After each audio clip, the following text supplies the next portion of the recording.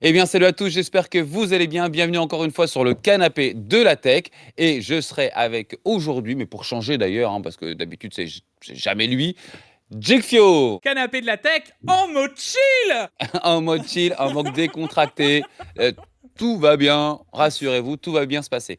Je suis un petit peu fatigué, je vais certainement un peu bégayer parce qu'il y a eu un heureux événement à la maison qui est un nouveau bébé, voilà, tout simplement. Donc les nuits sont, comment pourrait-on dire, Courte. très courtes, ultra courtes, méga courtes, euh, Une nuit, qu'est-ce très que c'est courtes. d'ailleurs, hein? Voilà, c'est ça. Donc, je sais que je suis un petit peu blanc malgré la période estivale et que je bégaye un peu, mais rassurez-vous, c'est juste un petit manque de sommeil qui devrait s'améliorer avec le temps, tout simplement. Bon, Jig, et toi, comment ça s'est passé? T'as pas eu d'heureux événements, toi? Qu'est-ce qui s'est passé? J'ai pas eu d'heureux événements, mais enfin, moi personnellement, on a bougé pas mal là ces derniers temps. On va y revenir. On était à la Rogue Gamescom, à la Rogue Party, qu'on fait chaque année. Du coup, on comprend pourquoi tu n'y étais pas cette année, hein. Euh, Je ne pouvais pas. Techniquement, c'était compliqué. C'était compliqué, voilà. Donc, je pense que tu es tout excusé et on va refaire Je le te point parce que remercie.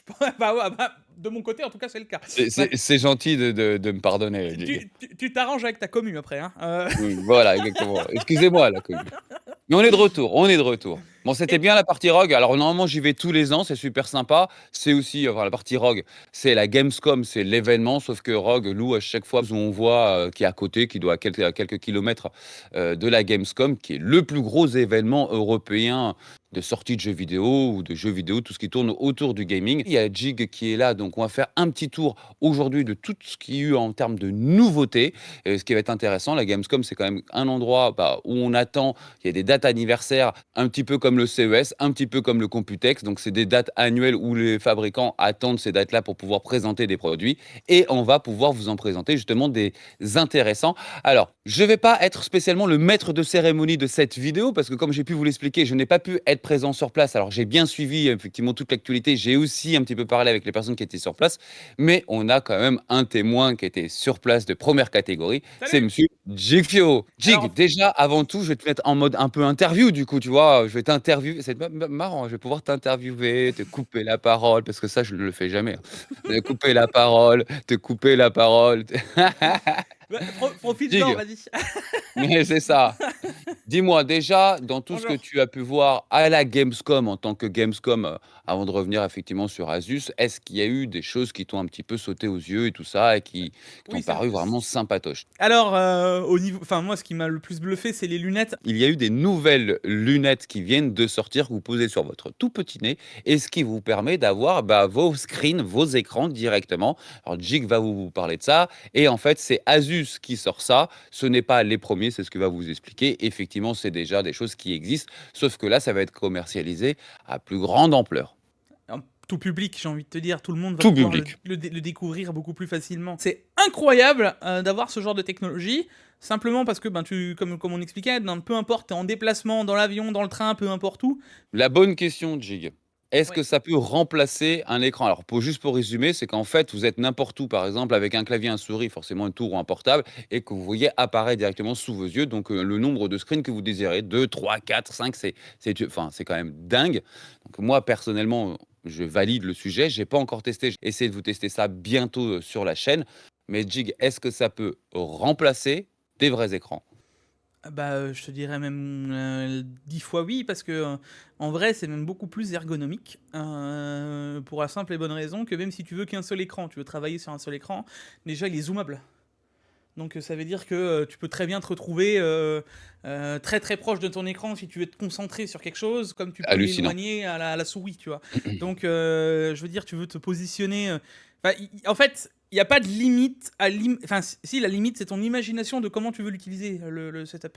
Alors on est sur du 72 Hz par œil de ce que j'avais compris, tu vois. C'est un Donc prototype. 72 images par seconde. Voilà, donc ça va, c'est pas parce que tu sais, on dit toujours un casque VR, faut au minimum 90 images par seconde pour pas avoir cet effet de motion sickness quand tu bouges. Mais là, les gars, c'est pas un motion sickness puisque c'est un écran. Ça veut dire t'es pas enfermé dans un VR. Si tu Ouais. regardes en haut, enfin, c'est Tu vois quand même le contexte, c'est-à-dire tu vois le reste de ton exactement. paysage, tu vois le reste de ton bureau. Jig, l'autonomie. Alors l'autonomie, ils en ont pas parlé puisqu'il y en a pas. En fait, c'est pas sous batterie, c'est ça qui est incroyable, c'est auto-alimenté. En fait, du moment où tu la mets What? en USB. Ouais, tu la mets en USB-C. Si tu la mets en USB-C sur ton téléphone, ça s'auto-alimente via l'USB-C de ton téléphone. Pour moi, c'est lié au futur. Vous connaissez déjà un peu la chaîne. Je suis toujours un peu intéressé par ces nouveaux produits-là, ces nouvelles technologies-là. Donc, Jig nous dit qu'il a découvert qu'il y avait d'autres marques qui le faisaient auparavant. Moi, je veux être un peu comme Jig. Je ne savais pas, en tout cas, que c'était démocratisé, surtout. Voilà. On Oui, voyait ça clairement. plutôt dans les films à l'heure actuelle. Donc là, de le fait de le démocratiser, on a une enveloppe de prix, Jig, déjà sur ce produit. Alors, Forbotton, m'a dit Thomas. Il m'a dit ça en allemand textuel, non, c'est Forbotton le prix. Mais j'ai essayé de soutirer les verres du nez, si je peux, si je peux faire le jeu de mots. Ouais. Et on serait entre 600 et 700 euros apparemment. D'accord, donc on va dire, peut-être 700-800 €. Entre Voilà. 600 et 800 € pour être sûr. Bah, écoutez, à voir parce qu'après si derrière tu peux avoir triple screen ou quoi que ce soit, définition c'est combien? C'est du 1080p? Alors, c'est du 1080p, mais ça, c'est pareil. Au début, j'étais un peu tu sais, réticent jusqu'au moment où je les mets. Et en fait, c'est bête à dire, mais t'es tellement proche. Alors, c'est à l'inverse d'un écran. Un écran, plus tu te rapproches, plus tu vas voir les pixels. Mais c'est un écran. Ça veut dire que ça a une taille prédéfinie. Tu vois ce que je veux dire? Alors que là, c'est un écran qui est projeté. C'est totalement différent. Et enfin, moi j'ai joué parce que du coup je me suis amusé un peu avec la. C'était branché directement sur la ROG Ally. Et j'étais sur la ROG Ally et donc j'avais le grand screen en face des yeux. Et là tu peux jouer, c'est trop fort. Et exemple Ouais, type, ouais. on parlait avec Paolo, pour nous sur le moment, on se dit mais imagine tu vas au lit. Tu vois, tu veux pas tu veux pas déranger Ah bah oui, conjoint. Tu avec mets. un casque, c'est bon? Mais t'as pas besoin de casque, le son est sortant des branches. Ah, en plus tu me dis qu'il y a le son avec. Sur la ROG Ally et ben, finalement tu as tout le temps le cou comme ça plié forcément. Tu vois, tu es Exactement. sur ta console, tu fais jamais ça parce qu'au bout d'un moment, bah, tes bras sont Exactement. tétanisés quoi. Donc le la gros avantage, c'est que tu vas pouvoir continuer à avoir les mains en bas et regarder devant toi. Ça, c'est vraiment tout confort. Et t'as un- Ouais, et c'est t'as- super. Et ça fait genre style vidéoprojecteur. C'est futuriste. Bon, ça c'est validé. C'est vrai qu'effectivement, tu as bien raison. C'est peut-être la chose qui est aussi à mettre en avant. Je valide, je vous avoue, la team. J'ai vraiment hâte d'essayer ce bébé-là. Donc là, ça va être évidemment, ça va être évident, excusez-moi, que je vais pousser le bouchon pour vous faire un test sur la chaîne. Voilà, si c'est possible, il y aura bien lieu. Jig, à part ça, il paraît que j'ai un nouveau moment sponsor, un nouveau pré-roll. Oui. Euh, Alors attends, je vais Souvenez- je vais te lancer ça, Souvenez-vous que Pax. normalement il y a un pré-roll. Là, il va y avoir un autre pré-roll, mais le pré-roll, c'est pas moi. C'est Jig. Attention. Alors d'habitude, je vous fais quand même la petite intro de pré-roll. Bon, les amis, on perd pas de temps. On se retrouve juste après le petit moment sponsor et c'est tout de suite. Et bonjour à tous, j'espère que vous Bon, je vais vous la faire plus courte. Cette vidéo est en collaboration commerciale avec Asus et AMD. On se retrouve aujourd'hui pour parler de l'AFMF et de l'HyperRX. D'ailleurs, c'est une techno qui, moi, ça me dérange vraiment pas du tout d'en parler. Je sais pas ce que t'en penses, Pax, mais c'est une techno, je pense qu'il faut qu'on en parle J'en ai déjà parce que parlé. parce que ça va, là, ça va. Oui, mais là, il y a la version 2 qui sort. Deux. Alors la 2, je l'ai même pas encore essayé. Eh ben, dis-toi que la 2, elle est Et mieux t'es que pas la. censé parler à ton interlocuteur pendant un moment sponsor, Jig, hein. Oui, mais là, j'en Un peu de profite. On sérieux, est un deux. peu de professionnalisme, Jean, quand même, hein. C'est pas parce que tu n'es pas sur ta chaîne qu'il faut que ça dérape, hein.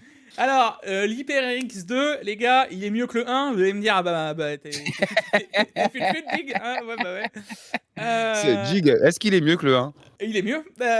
Ah, c'est incroyable. C'est pour ça qu'il faut qu'on vous en parle. Bon, je te coupe, hein, je suis Vas-y, désolé de vas-y. couper la personne que je paye pour faire mon pré-roll à ma place, hein, mais c'est incroyable. Jig, qu'est-ce que c'est que le FMF? Ah oui, parce C'est-à-dire, que c'est. Ah oui, Jig, le 2, c'est bien, le c'est 1, bien. mais si on sait pas ce que c'est que le FMF. J'y arrivais, Ah bah justement. alors, ah non, En, qu'est-ce que en- c'est que le FMF, Jig? En gros, vous allez avoir de la génération d'images, donc via l'algo d'AMD, et ça c'est directement interne au pilote. Vous allez l'avoir sur strictement tous les jeux. Vous allez pouvoir l'activer, peu importe le jeu que vous allez avoir en face. Et N'importe ça, quel jeu. même si en termes de qualité, on est un peu en dessous de la concurrence, hein, en global, ben, vous allez pouvoir l'activer partout. Aujourd'hui, donc, on a un upscaler, c'est-à-dire que ça va vous rajouter des images par seconde. Déjà, la version 1 que j'ai pu essayer, ce n'était pas de peu, hein, ça va vous doubler, voire même des fois tripler ce que vous étiez capable d'atteindre. Donc, déjà, pour tout ce qui est petite carte graphique, ça permet vraiment d'aller beaucoup plus loin. La grosse problématique qu'on avait auparavant, c'est comme disait Jig juste à l'instant, c'est que quand on bougeait trop la souris, bah, il y avait une rupture, il fallait que ça reprenne un play, donc on avait un petit moment de flou, on va dire. Je vous avais fait déjà des tests un petit peu vraiment complets, poussés d'ailleurs, sur cette techno-là. Et là, on a la nouvelle version, donc la version 2 qui vient de sortir. Et ce qui est plutôt pas mal, je résume un petit peu Jig, mais ce qui est plutôt pas mal, c'est qu'en fait, enfin, ils ont quelque chose qui va être en face de Nvidia, c'est-à-dire que Nvidia a ses technos comme le DLSS 3.5 et bah, ils sont pas restés de mise alors avec quelque chose qui ne sera pas du tout lié à l'hardware mais qui sera donc du software. Mais le gros avantage, le fait que ce soit lié au software, et ben tout simplement, c'est que ça va être adressable sur 100% de vos jeux. Et ça, c'est vraiment très fort. Il ne faut pas attendre qu'une licence puisse intégrer cette technologie-là. C'est vous avez votre jeu, même qu'il soit ancien, voilà, ou très récent, vous allez Boum. pouvoir le faire fonctionner dessus tout de suite. Ouais. Je t'en prie, Jig. Et du coup, tu as aussi cette techno qui est liée avec, c'est l'HyperX. L'HyperX que tu peux rajouter. En plus, Enfin, c'est même pas rajouter. En fait, quand tu l'actives, tu as la FMF qui est à l'intérieur au défi. final. Et Ah, tu peux faire les deux, l'HyperX, ouais. exactement, l'HyperX, c'est un mélange de plein de choses. C'est enfin, améliorer la latence. En fait, tu as un panel de plein de techno à l'intérieur de l'HyperX qui permet que vous pouvez activer, désactiver. En fait, vous pouvez vous faire votre configuration à la carte directement via le pilote AMD. Et de toute façon, ça, je vous ai toujours dit, enfin, il n'y a pas besoin de sponsor ou quoi que ce soit pour en parler. Je vous l'ai toujours dit qu'en termes de pilote, à mon sens, AMD avait un cran au-dessus d'NVIDIA pour une bonne et simple raison, c'est qu'ils sont beaucoup plus développés en termes de techno à l'intérieur même du pilote. Quand tu installes Adrenaline, tu as une interface graphique qui est quand même beaucoup plus jolie, hein, on retourne pas en 95 quoi. Jig, je crois qu'en plus, il y a pas que ça, il y a des jeux concours et des trucs à gagner, Jig, non? Il y a pas quelque chose de Ouais, truc comme ça, toi? alors ça pareil, les gars, je vous invite à regarder le lien. Moi, quand je l'ai posté sur ma vidéo, il n'était pas actif. Enfin, vous tombiez sur la landing page, mais vous aviez pas le concours. Et pour une fois que j'ai été plus rapide que que le jeu concours en soi.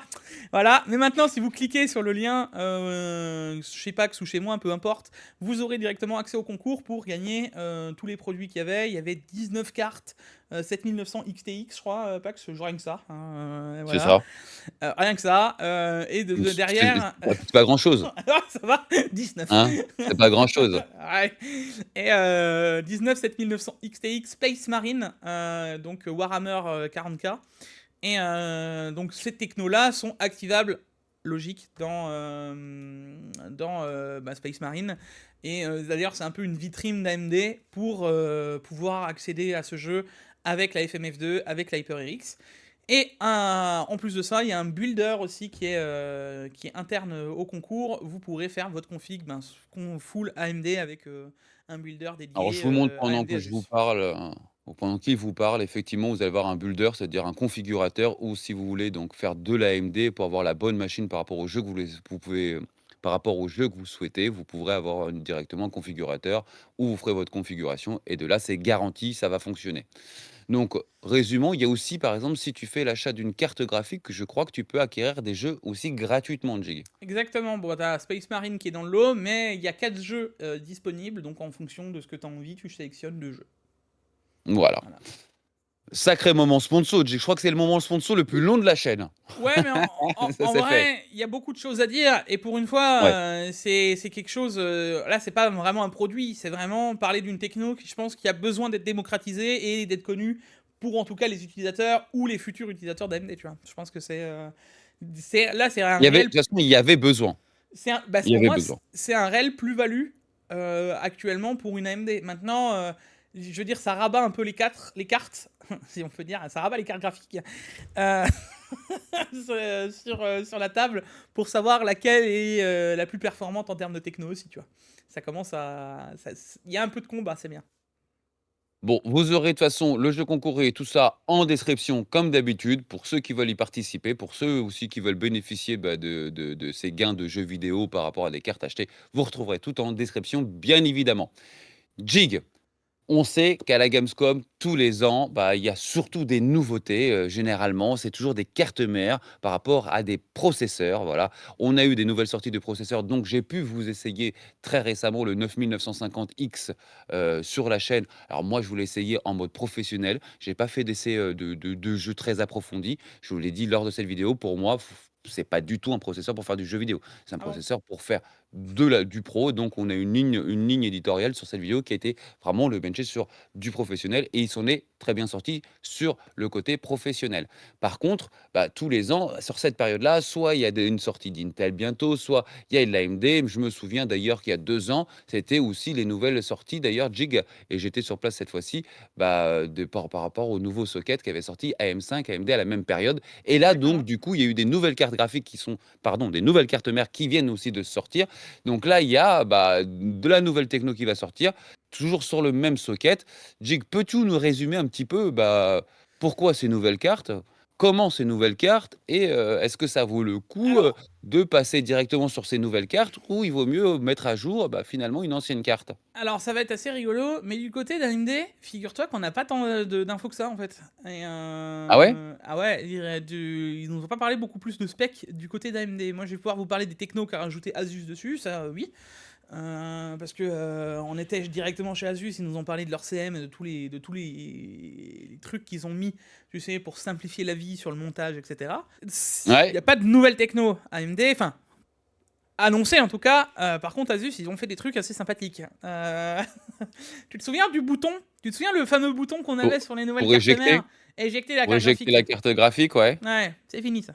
En gros, maintenant, la carte graphique, une fois que tu l'as clipsée dans ton port PCI, si tu la tires sur la droite et même au milieu, tu emmènes la carte mère. Mais si tu as enlevé les vis au niveau du boîtier, tu tires la carte graphique au niveau du boîtier, elle se déclipse. D'accord, ok. Ok. Et ça la déclipse genre normalement, genre clac.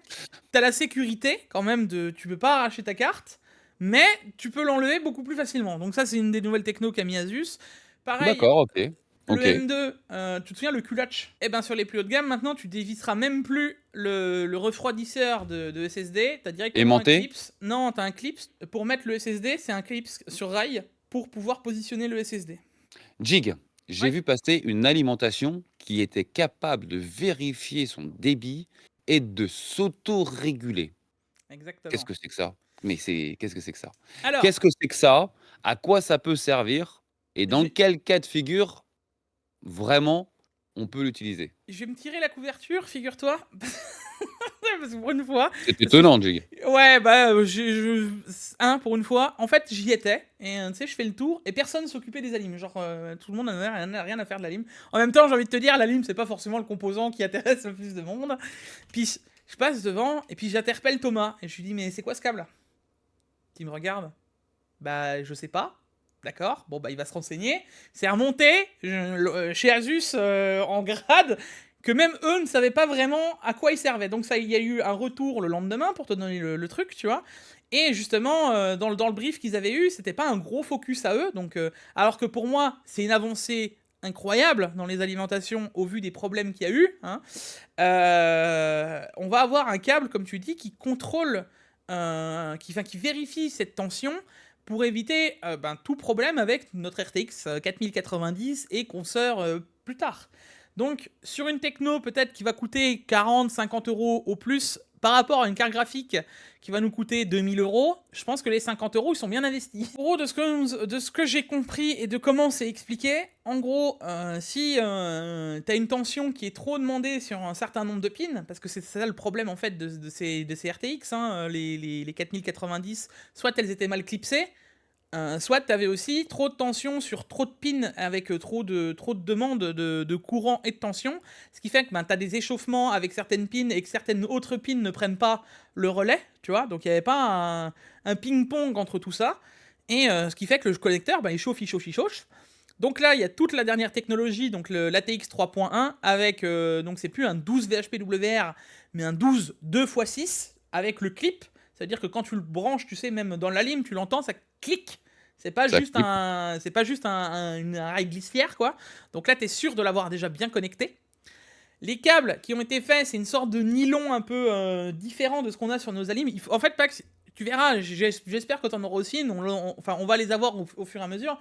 Mais quand tu vas en avoir une entre les mains, tout de suite, tu vas me dire, le câble, il est futuriste. Comparativement aux D'accord. autres câbles qu'on a actuellement en 12 VHPWR, le câble, il est beaucoup plus souple. Ce qui fait que tu peux faire un angle, tu sais pas l'angle de 3 cm de ouf là qu'on nous demande sur la 4090 pour que ce soit droit et ensuite coudé. là, tu peux quasiment être coudé à la sortie du connecteur parce que le fil est D'accord, beaucoup ça tient. plus souple. Voilà. Ouais, Donc, les pines sont mieux accrochées. et t'as pas besoin de ça, ça va pas se déconnecter. Donc déjà de ce D'accord. côté-là, ça protège ta carte.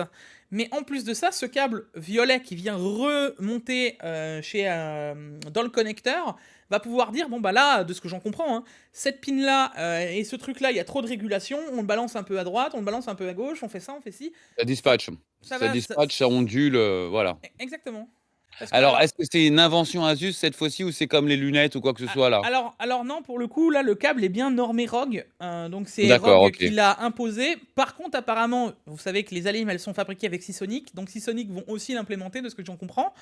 Donc à voir comment ça va être. Par contre, comme dit, tu vois, là, on est... parce que on aurait pu se dire, ils vont le mettre que sur la Thor. Les Thor en 1200 watts, bon, c'est très cher. Hein, je vais pas vous faire de dessin. Mais non, ils le mettent aussi sur la Strix. Et la Strix, même en 1000 watts, ça doit tourner dans les alentours de 200-220 euros. Si tu prends D'accord. n'importe quel concurrent en face, même si tu es à 150-160 euros, moi je trouve que ça vaut le coup de mettre 40, 60 balles de plus sur une alimentation pour une carte graphique qui en vaut 1000, Voilà. 2000, tu vois. Pour Enfin, une ça, pour une 4060, ça sert strictement à rien parce qu'il y aura pas assez exactement. de demande énergétique dessus. Par contre, sur une grosse carte qui coûte cher, effectivement, pourquoi pas? Jig, Et après, moi-même. est-ce que tu as vu des choses, des trucs, même sur d'une manière générale à la Gamescom, hein? Je t'ai dit, j'ai vu pas mal de choses. Alors, il y a aussi eu du Wi-Fi. Il y a eu deux trois trucs en Wi-Fi. Ils ont annoncé leur gros routeur. Ça, c'est un routeur, les gars, je vous annonce. Enfin, il est comme ça. Il est comme à ce routeur, Paxi. Et je suis pas marseillais. C'est ça, quand tu mets la main, tu pouvais mettre mes deux mains en long, tellement il était grand. Ça te donne le level du truc. D'accord. Je dis gigantesque. Et pourquoi Euh, donc? ah bah parce que là, c'est les nouveaux avec la bande, je sais plus, c'est 240 Hz ou je sais plus quoi, en bande 5 GHz pour le Wi-Fi 7, pour machin. J'étais là, Qui je regarde, bascule d'une bande à une autre bande s'il s'avère c'est que tu trop consommes trop sur une congestionné, bande, qui machin. change de train. J'étais là en D'accord, mode. OK. Ça peut être pas mal plutôt pour, de l'entreprise peut-être, pour quand lorsqu'il y a beaucoup de postes de travail qui sont en train de télécharger, bah, des gros fichiers, des gros dossiers, des choses qui pèsent, bah, quelques gigas, quelques téras, de pouvoir basculer d'une bande qui est trop saturée à une autre bande automatiquement. Là, il y a quand même un vrai gap, personnellement. La Wi-Fi 7, bah, effectivement, Windows ne le gère pas, donc ça va être un petit peu, compliqué. Par contre, pour ce switch de bande à bande, effectivement, là, ça peut être intéressant. En tout cas, il sera future-proof pour Windows. Eh ben, dis-toi que pour le coup, je vais quand même voir avec Asus pour vous en faire une vidéo et un truc, parce que j'ai quand même quelques PC aussi à la maison, tout comme toi d'ailleurs, et moi je peux déjà tenter de le saturer, hein, tu vois. Donc je suis curieux de voir ce que ça va donner. Bah, tu es censé pas le saturer, justement. Oui, non mais, juste Su voir si on sature Hein? une bande avec plein de PC qui téléchargent tout en même temps ou qui upload, peu importe Bien sûr. le sens, mais voir comment ça fait et comment ça se switch, parce qu'au début, tu dois voir, je pense, tu sais, un petit coup de congestionnement au tout début, tu vois ton débit qui descend, et puis d'un coup, tu le vois réaugmenter, ça veut dire qu'il a switché, tu vois. Et ben voilà, bah, écoutez les amis, cette année, bah, comme vous avez pu le voir, je n'ai pas pu aller à la Gamescom pour des bons motifs, hein, effectivement, mais je serai normalement pour l'année prochaine et pour les prochains événements. Cette année, j'ai décidé d'un petit peu tout faire. Donc on va essayer d'ailleurs de faire un peu tout ensemble avec Jig. On l'a décidé et je suis content que Jig a pu y aller cette fois-ci quand même pour me tenir un petit peu informé de ce qu'il a pu avoir sur place. Je t'avoue, Jig, que j'avais des choses à faire sur place. Voilà, ça, tu l'as bien compris. Oh Mais je oui. t'avoue que ça m'a quand même manqué parce qu'on a fait, ensemble 4 années consécutives, Ouais. enfin 4 étés consécutifs et le premier, je vous montre quelques images en même temps que je vous parle, c'était là où on s'est rencontrés pour la première fois physiquement, où j'avais fait le concours de modding sur place, D'ici à même. au Saturn, au DCMM, au Saturn et donc effectivement, c'est toujours, ben, il y a un petit peu d'émotion, autour de la Gamescom parce que forcément, bah, il y a un peu d'histoire derrière tout ça. Mais tu Bah, sais quoi, voilà Jig. Pax? J'ai Ouais, pensé à toi parce que du coup, moi aussi, figure-toi, tu sais, je t'avais envoyé un petit message, comme quoi tu me manquais, parce que on a été ouais, boire j'ai une vu la grenadine. vidéo. T'as vu? On a été boire une Ça devait pas grenadine. avoir la même Ah, saveur du coup. c'était pas pareil. Et même, il y a un truc, et ça, Pax peut vous le confirmer, on va toujours au même endroit pour manger un kebab. Ouais. Et ben pareil, j'y étais. Donc oui, c'était bizarre. C'était bizarre. Et on remettra ça l'année prochaine ou autre. L'année Les prochaine, on lendemains. va rattraper un petit peu tout ça, quoi. Et voilà. Bon les amis, j'espère que cette vidéo vous a plu. C'était une vidéo d'intro, de pouvoir commencer aussi donc l'année. J'avais quelque chose qui était vraiment sous-jacent, c'est la Gamescom, elle vient tout juste de se clore, donc effectivement il fallait en parler. On se retrouve dès la semaine prochaine, cette fois-ci avec des news, Jig et moi. Donc je vous dis à la semaine prochaine. Merci Jig pour ce beau résumé. Avec Donc salut plaisir. mon pote. Et je vous dis à la semaine prochaine. À plus la team. Ciao, Ciao. ciao!